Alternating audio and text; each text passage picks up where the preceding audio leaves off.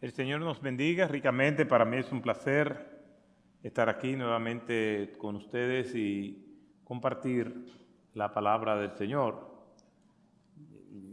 Doy gracias al Señor que en su misericordia y en su infinita bondad nos permite alabarle y bendecir su nombre. Y doy gracias al pastor Eloy por el privilegio de permitirme traer la palabra en este momento. Quisiera recordarles que seguimos con el ministerio ESER y gracias al Señor se está expandiendo y yo sé que muchos de ustedes están involucrados en este ministerio y tenemos todos los libros de ESER, según me dice la hermana Gloria, y para que la contacten, están en especial. Y el creyente maduro es una persona de lectura, que se preocupa no solamente por estudiar la Biblia, sino que aprovecha buenos materiales que se han escrito con fidelidad, con claridad y con relevancia al mundo de hoy.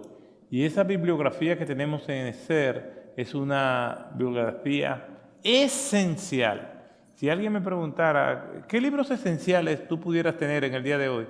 La colección ESER es una colección esencial para tener una panorámica completa de lo que es la Escritura y el mundo de hoy al cual estamos teniendo que amarlo y darle respuesta a todo lo relacionado con la fe. Así que aprovechen todas estas facilidades que hay y así están colaborando a que el ministerio pueda seguir adelante. Yo quisiera traer una porción de la Escritura que tiene que ver con una pregunta. Y cuando nosotros vamos no solamente a la Escritura misma, sino a la vida misma, la vida está llena de preguntas. De hecho, yo creo que tenemos más preguntas que respuestas con relación a muchísimas cosas que tienen que ver con nuestra existencia, si hay o no un propósito en la vida, y así sucesivamente. Pues la Biblia no escapa a esa realidad. Nos encontramos con múltiples preguntas en la Escritura. Preguntan los profetas del Antiguo Testamento, preguntan las personas, preguntan los hombres, preguntan las mujeres, preguntan los enemigos del pueblo de Dios, pregunta Jesús, pregunta a sus discípulos, pregunta a Dios, pregunta a Satanás. Todo el mundo hace preguntas. Muchas preguntas encuentran respuestas, otras no. Y muchas veces esas preguntas que no tienen respuestas nos mortifican. En vez de conformarnos con la respuesta que tenemos, nos obsesionamos y todo el que aparece le hacemos la misma pregunta. De hecho, hay 3 preguntas que acompañan a la humanidad. Las preguntas más comunes que el ser humano se hace: ¿quién soy? ¿De dónde vengo? ¿Y a dónde voy? Esto me recuerda al filósofo Arthur Schopenhauer, que estaba mortificado por estas preguntas que orbitaban en su mente: ¿quién soy? ¿De dónde vengo? ¿A dónde voy? Son preguntas existenciales. Para nosotros quizás es fácil responderla, pero para quien no tiene al Señor, ¿quién soy? Realmente hay un propósito en el mundo. Un filósofo, y entre otros filósofos, el filósofo francés contemporáneo Michel Onfray dice: no hay propósito en el mundo, no hay propósito en la vida. El teólogo y activista anticristiano Richard Dawkins dice: no hay propósito, la vida es el aquí y ahora, y después que usted se muera, ya, no hay nada más. Pero otros que son muchos más sinceros dicen que tiene que haber algún propósito en la vida, tiene que haber algo. Por eso se preguntan: ¿quién soy realmente? ¿De dónde vengo? ¿Y a dónde voy? Schopenhauer se pasó gran parte de su vida en eso. Y ese día estaba en un parque pensando quién soy, de dónde vengo, a dónde voy, y se quedó dormido. Llegó la noche y un guardia lo encuentra durmiendo. Está prohibido dormir en el parque. ¿Quién es usted? ¿De dónde viene? ¿A dónde va? Me he pasado toda la vida, dice él, preguntándome esto y no sé. ¿Quién soy? ¿De dónde vengo y a dónde voy? Encontramos preguntas y la Biblia nos da preguntas y no nos da respuestas. En otras nos plantea las respuestas sin que nosotros hagamos las preguntas. Y en otras nos da preguntas y nos da respuestas. Vamos a estar viendo una pregunta hoy. Y esa pregunta se encuentra en el capítulo 3 del libro de Génesis. Dios haciendo preguntas. Dios preguntando. Y Dios dice, y llamó Dios a Adán, al hombre, y le preguntó, ¿dónde estás tú? Eso es Dios haciendo una pregunta. ¿Dónde estás tú? Oremos. Gracias te damos, Señor, por tu palabra. Te alabamos y te bendecimos y te agradecemos por tus bondades y por tus misericordias. Te rogamos, Señor, que nos dirija en todo lo que vamos a estar diciendo. Y a pesar de mis limitaciones, habla a tu pueblo. En el nombre de Jesús. Amén. ¿Dónde estás tú? ¿Por qué nosotros hacemos preguntas? Se ha preguntado eso. ¿Por qué hacemos preguntas? Si son sinceras, normalmente hacemos preguntas porque no sabemos la respuesta. Normalmente. ¿Dónde vives? ¿Cómo te llamas? ¿De dónde eres? ¿Con quién vives? ¿Qué tú eres? Y esas preguntas son comunes porque normalmente las personas creen que los que ellos son están asociados al lugar donde nacieron, lo que estudiaron y con quién se casaron. En otras palabras, normalmente nosotros creemos que nuestra identidad está asociada a nuestros logros y a lo que nosotros somos. Pero somos más de ahí. Nuestra identidad, en el caso de los cristianos, está vinculada a lo que Dios dice que nosotros somos, no a cómo nosotros nos percibimos. Por eso es que hay una crisis de identidad hoy en día. ¿Por qué? Porque por la llamada ideología de género, las personas asocian lo que ellos son a cómo se perciben. Y no hay nada más confuso que eso. Porque esa ideología va en contra incluso de la biología, de la ciencia. Pero así vivimos en el mundo de hoy. Yo no soy lo que la naturaleza me ha asignado, sino cómo yo me percibo. Y nosotros somos más que eso.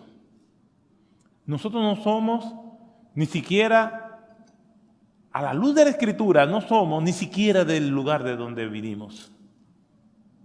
Mire lo que dice el Señor, que es nuestra identidad. Vosotros sois la luz del mundo. Vosotros sois la sal de la tierra. Vosotros sois hijos de Dios. Vosotros sois real sacerdocio. Vosotros sois nación santa. Vosotros sois pueblo escogido por Dios. Todo eso dice la Escritura de nosotros.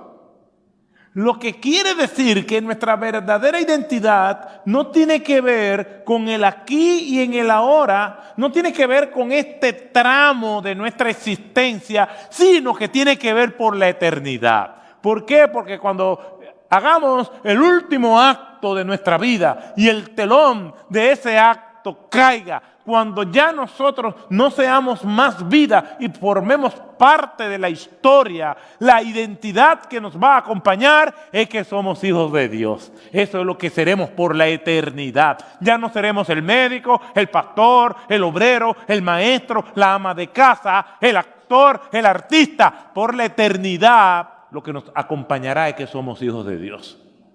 Esa es nuestra verdadera identidad y esa es la que tenemos que elaborar, trabajar, aportar, formarla, crecer en lo que Cristo dice que somos nosotros.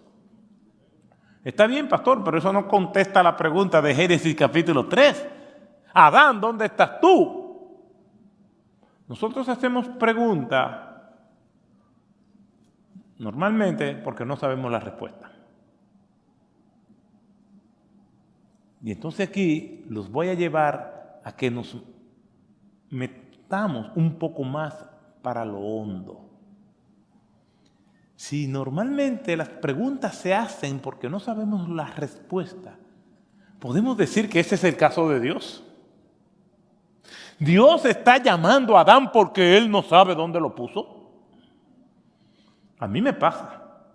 Yo no sé a ustedes, pero a medida que voy envejeciendo, se me van olvidando las cosas. Lo único que no se me olvida es comer, pero después todo se me olvida. ¿Dónde están las llaves? No sé a cuántos de ustedes le ha pasado. ¿Dónde está la cartera? Yo la puse ahí. Mentira, no la pusiste ahí. ¿Dónde está esto? ¿Dónde está aquello? ¿Dónde está mi Biblia? ¿Dónde está el celular? ¿Dónde está el reloj? Yo siempre dejo mis cosas ahí, me la tomaron. Pero ese es el caso de Dios. Caramba, ¿dónde puse a Adán? Adán, ¿dónde estás tú? ¿Dónde estás, Adán? ¿Y dónde andará Adán? Que lo ando buscando. ¿Ese es el caso de Dios? ¿Creen ustedes que Dios no sabe dónde está Adán? ¿O ustedes creen que Dios sabe?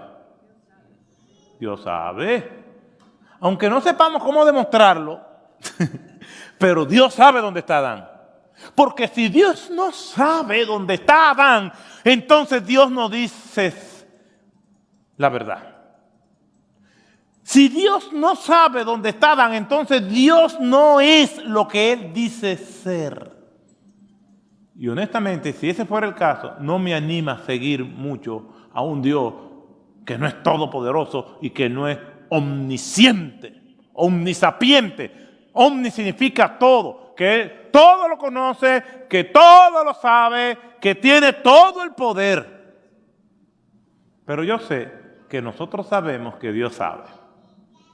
El Salmo 139 dice, aún no está la palabra en mi lengua y ya tú lo sabes. Dice el salmista, si hiciere mi estrado, mi morada en las profundidades del infierno, aún allí estás tú. Incluso dice el salmista, a ti te da lo mismo las tinieblas que la luz, porque tú lo sabes todo. Pero no sé ustedes, pero el llegar a esa conclusión que es cierta, Dios sabe dónde está Adán y la palabra de Dios confirma que Dios todo lo sabe, eso, lejos de resolver el problema, lo complica más. Por la siguiente razón. Si Dios lo sabe, entonces ¿por qué pregunta? ¿Por qué pregunta? Y a esa tarea es que nosotros nos vamos a dedicar ahora, a tratar de inferir, de resolver, de deducir por qué Dios pregunta eso si Él sabe la respuesta. ¿Están de acuerdo conmigo? Pues entonces, vamos a ver, yo calculo que en unas 5 horas tenemos ya esto resuelto. Yo hablaré por unos 30 minutos y las 4 horas y media se las dejo a ustedes aquí y yo me voy. Entonces, ¿dónde estás tú? Primero, es una pregunta que está registrada. La Biblia dice en segunda de Timoteo, capítulo 3, verso 16, toda escritura es inspirada por Dios. Ahora, cuando el apóstol Pablo le escribe eso a Timoteo, diciéndole toda escritura es inspirada por Dios, el Nuevo Testamento todavía no había sido formado. Por lo tanto, se está refiriendo al Antiguo Testamento. Obviamente, este pasaje después va a aludir al Nuevo Testamento, pero en ese momento se refiere al Antiguo Testamento. De hecho, todos los textos bíblicos del Nuevo Testamento que aluden a las Escrituras se refieren al Antiguo Testamento, porque el Nuevo Testamento no había sido formado. La única excepción es cuando Pedro dice, hay escritos de Pablo difícil de asimilar. Obviamente se estaba refiriendo a la teología de Pablo, al Nuevo Testamento. Pero fuera de ahí, todas las alusiones que se hacen en el Nuevo Testamento de las Escrituras se refiere al Antiguo Testamento. Y ahí dice en 2 Timoteo 3:16 que toda esa escritura es inspirada por Dios. Quiere decir que Génesis capítulo 3, verso 9 se escribió para nosotros. Toda escritura es inspirada por Dios y es útil para enseñar, para redarguir, que significa confrontar, para corregir y para instruir en justicia, a fin de que el hombre de Dios sea perfecto, enteramente preparado para toda buena obra. Lo que quiere decir que Génesis capítulo 3, versículo 9 se escribió para nosotros. Dios nos quiere hablar.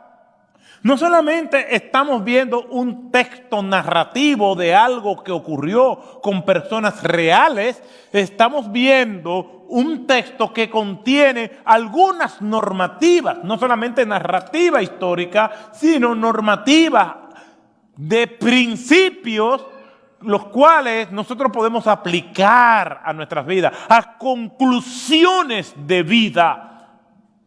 Eso contiene Génesis capítulo 3, verso 9. Lo primero entonces es que la Biblia se escribe para nosotros. En segundo lugar, esto implica que Adán había roto la comunión con Dios. Había una comunión entre Dios y Adán. Si nosotros leemos el capítulo 1 y el capítulo 2 del libro de Génesis, se parecen muchos. Y hay muchas personas que leen el capítulo 1 y después leen el capítulo 2 y dicen como que se repite. No se repite. Yo lo ilustro de la siguiente manera para que sea fácil de asimilar lo que ocurre en Génesis 1 y en Génesis capítulo 2. En Génesis capítulo 1 vemos la historia de la creación a grandes rasgos. No se nos da detalles. Simplemente la obra de Dios. Y termina con el versículo 31, donde dice, vio Dios que todo lo que había creado era bueno en gran manera. Dios nos entregó, comenzando con nuestros primeros padres, una creación que funcionaba a la perfección. De hecho, a pesar de las guerras, del pecado, del odio de la humanidad a Dios, del abuso que se ha cometido contra la naturaleza, que dice la Escritura, que la misma creación gime con ansias esperando el día de la redención. A pesar de todas estas cosas que vemos que va en detrimento de lo que Dios ha creado, de especies en extinción, aún así nosotros nos deleitamos en la naturaleza. Visitar el Gran Cañón del Colorado es una cosa extraordinaria. Y uno ve la impronta de Dios allí. Ver un cielo estrellado donde los ojos se le pierden a uno. Estar navegando en el Amazonas. Caminar por los senderos de tulipanes en Ámsterdam. Ver la exuberancia del desierto de Sahara. Todas estas cosas es la huella de Dios, como dice la Escritura. Los cielos cuentan la gloria de Dios y el firmamento anuncia la obra de sus manos. Imagínese lo que fue aquella perfecta creación de Dios.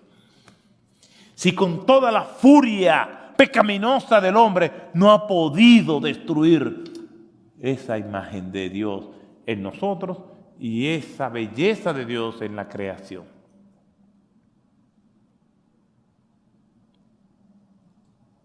¿Dónde estás tú? Es una pregunta que hay que analizar. Y lo segundo que podemos decir es que el hombre ha abandonado esa comunión con Dios. ¿Dónde estás tú, Adán? Cuando seguimos leyendo, más adelante, Adán responde lo que Dios dice. Y responde diciendo, oí tu voz en el huerto y tuve miedo. La voz de Dios que antes deleitaba a Adán, ahora le produce miedo. El Dios Padre, que lo hizo a su imagen y semejanza, el imago de, ahora resulta que es un perfecto extraño, donde no hay nada que hablar. Ustedes no han hablado con personas que, a pesar de que son personas que se relacionan o se relacionaron, después de un tiempo, como que se perdieron los intereses, y tú tratas de comunicarte con esta persona y a los pocos minutos como que ya no hay mucha cosa que hablar? O los hijos, no hay nada que incomode a un papá que un hijo le responda a uno en monosílabo. ¿Y qué tú tienes? Nada. ¿Y cómo tú estás? Bien. Y hay personas que son especialistas en los grupos.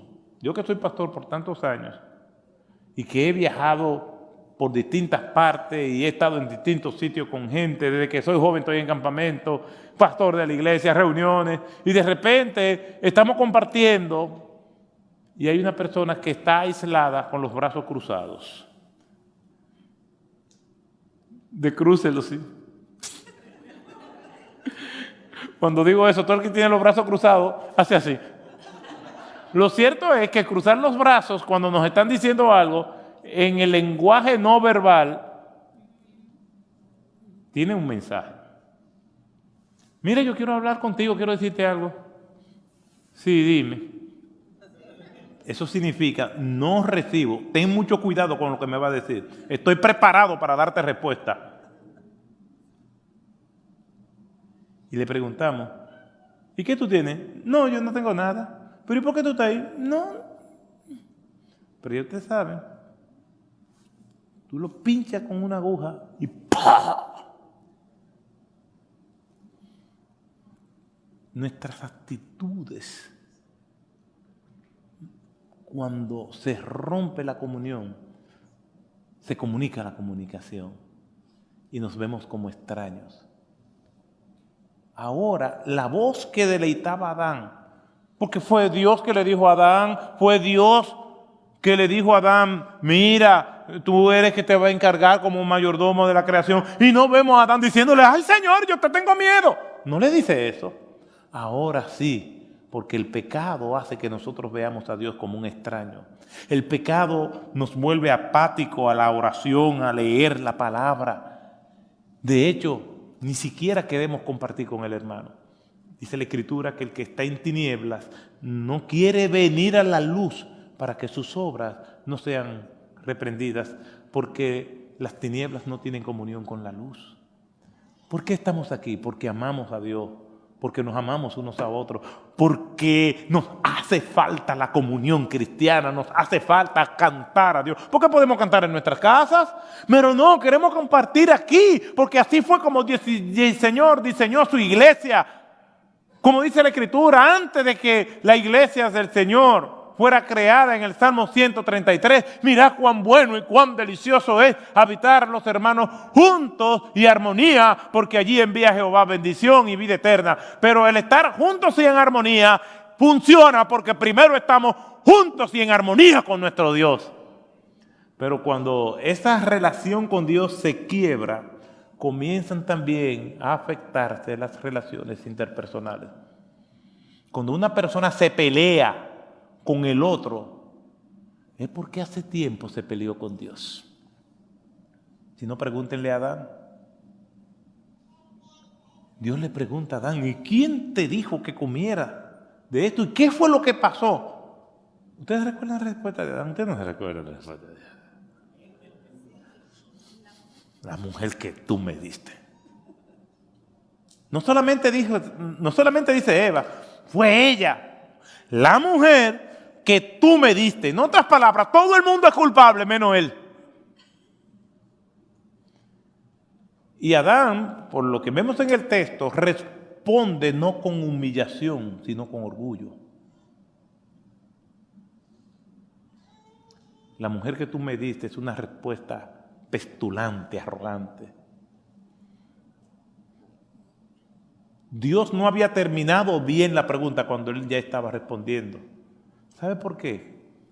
Porque triste y lamentablemente somos hijos de Adán. Y cuando estamos siendo confrontados, normalmente escuchamos para responder y no para comprender. La mayoría de los seres humanos tenemos esa tendencia. Mientras nos están diciendo algo que no nos gusta, ahí mismo hay un discurso paralelo en nuestras mentes para dar respuesta, en vez de procesar lo que se nos está diciendo para buscar un entendimiento. Adán respondió excusándose, escuchó simplemente en complicidad consigo mismo, no buscando la humillación y la reconciliación con Dios. ¿Dónde estás tú? Implica que el hombre y la mujer rompieron la comunión. ¿Dónde estás tú también? Indica la iniciativa de Dios de buscarlo a ellos. Se supone que se habían pecado y se dieron cuenta, porque se dieron cuenta que habían pecado. Era para ir corriendo delante de Dios. Dios mío, perdónanos. Pero se escondieron. Y Dios toma la iniciativa de ir a buscarlo. Porque eso es lo que el Señor ha hecho siempre. Porque el Hijo del Hombre vino a buscar y a salvar lo que se había perdido. Dice la Escritura, no hay justo ni a uno, no hay quien entienda, no hay quien haga lo bueno, no hay quien busque a Dios. No, pero yo busqué de Dios. Sí, tú buscaste de Dios porque Dios puso en ti el deseo, porque Dios tomó la iniciativa. Todos nosotros hicimos eso. Lo único que nosotros pusimos de manera espontánea fue nuestro pecado. Después todo lo puso Dios. Dios nos trata con gracia y con misericordia. Con gracia porque nos da el bien que no merecemos y con misericordia porque no nos da el mal que merecemos. Gracia es que Dios sabe que no merecemos la salvación y nos la otorga. Dios lo sabe y aún así nos colma de favores. Por misericordia lo que queremos decir es que Dios sabe que nos merecemos el infierno y no nos manda al infierno. Por eso es que decimos que Dios nos trata con gracia y misericordia. Por tu gracia voy al cielo y por tu misericordia no voy al infierno. Dios trata a Adán y Eva con gracia y con misericordia, tomando la iniciativa de buscarlo. ¿No sabía Dios lo que habían hecho? Claro, no le dijo Dios al hombre, el día que comáis de este fruto, moriréis. Y no murieron, por lo menos hasta ese momento. ¿Por qué? Por la gracia y por la misericordia de Dios. Porque Dios quiere que escuchemos su palabra y procedamos al arrepentimiento. Dios está hablándonos en todo momento. Cada vez que su palabra se abre, se proclama, cada situación de la vida es Dios hablándonos. Dios nos habla por medio de su palabra y por medio de su palabra nosotros conocemos su carácter, conocemos su propósito, su voluntad. Por eso una persona que diga ser cristiana y no lee la palabra de Dios es una persona lánguida, con anemia espiritual. Yo conozco casos que cuando vino la pandemia, personas se querían volver locas, llenas de miedo, de ansiedad. Y yo le digo con toda honestidad, esto de la pandemia, cuando comenzó al principio, nos agarró a todos desprevenidos. Pero yo nunca dejé de ir a la iglesia, aun cuando le predicaba a los hermanos virtualmente con asientos vacíos. Desde que comenzó, nunca hemos dejado de hacerlo. Pero no sabíamos muchas cosas. Yo llegaba a mi casa, y eso se lo digo entre nosotros nada más, y antes de entrar en la puerta, yo me quitaba todo. Y en una bolsa plástica metía todo. Uno no sabía. Un asunto de supervivencia. Vaya espectáculo, no se lo imagine, pero no era fácil. Y un día mi esposa me dice, mi amor, ¿y si la vecina te ve, una vecina que tengo ya viejita? Y digo, bueno, la vecina que mire para otro lado, pero se trata de vivir. Hasta eso llegaba. Pero nunca tuve miedo. Todavía me cuido. Pero nunca tuve miedo. Porque nuestra vida está escondida con Cristo en Dios. No podemos ser imprudentes. Tenemos que ser prudentes. Pero la prudencia no le puede ganar a la obediencia. Y hay muchas personas que en nombre de la prudencia, yo no sé si están muertos, si han desaparecido de la iglesia. No, porque hay que ser prudente. Y su prudencia es más que la obediencia. Pero los que conocemos a Dios, sabemos que a los que le aman todas las cosas cooperan para bien. Que el Señor está con nosotros todos los días hasta el fin del mundo. Y por más que nos cuidemos, si el Señor quiere que nos contagiemos, nos vamos a contagiar. Porque sabemos que Dios tiene control de todo. Pero nunca desobedezca a Dios por miedo a cualquier situación. Dios en primer lugar. Y después todo vendrá por añadidura. Aquí Adán y Eva están siendo víctimas de su miedo, de su falta de sensibilidad. Y están escondiéndose de un Dios que no se pueden esconder. ¿Quién podrá esconderse de Dios? ¿Qué nosotros podemos pensar que Dios no lo sepa? Si Dios te preguntara, ¿dónde estás tú? ¿Cuál sería la respuesta? ¿Dónde estás tú? Significa cómo está nuestra relación con Él. No es un lugar. ¿Dónde estás tú? No es un lugar, es un estado. El estado del alma. ¿Dónde está? Podemos reunirnos aquí y estar lejos. ¿Dónde estás tú? Es cómo está nuestra relación con Dios. Y esa es la pregunta que cada uno de nosotros tiene que responder. Una última cuestión con esta pregunta es que Dios no maldijo al hombre, maldijo la tierra, pero no maldijo al hombre, ni maldijo a la mujer. Simplemente lo que les quiso decir es que la vida sería más dura por su desobediencia, pero no los maldijo. Maldijo a la serpiente y maldijo la tierra.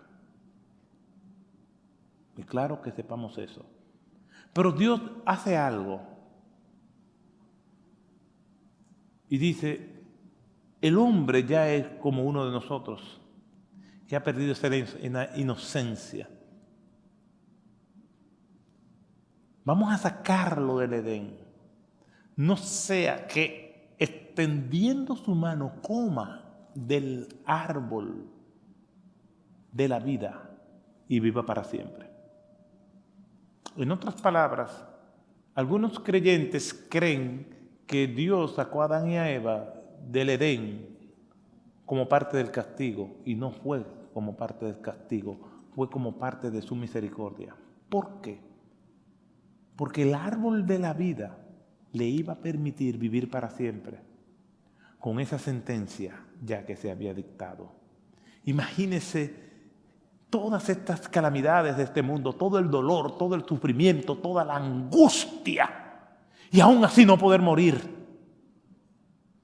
El Señor trae la solución de la muerte física para que cuando muramos, los infortunios y las desventuras que hayamos podido enfrentar en este mundo se acaben para que estemos con Cristo para siempre.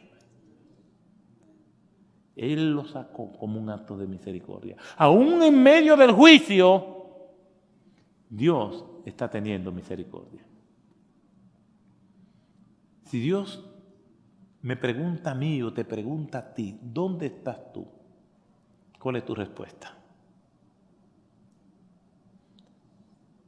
Esa es la respuesta con la que yo quisiera que al terminar este culto, durante todo este día y estos días por venir, tú te puedas preguntar y responderle a Dios.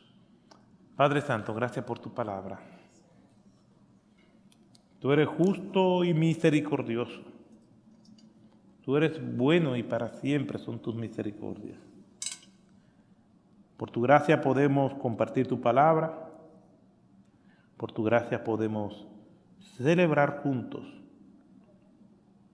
en este día. Te alabamos y te bendecimos y te agradecemos tus bondades.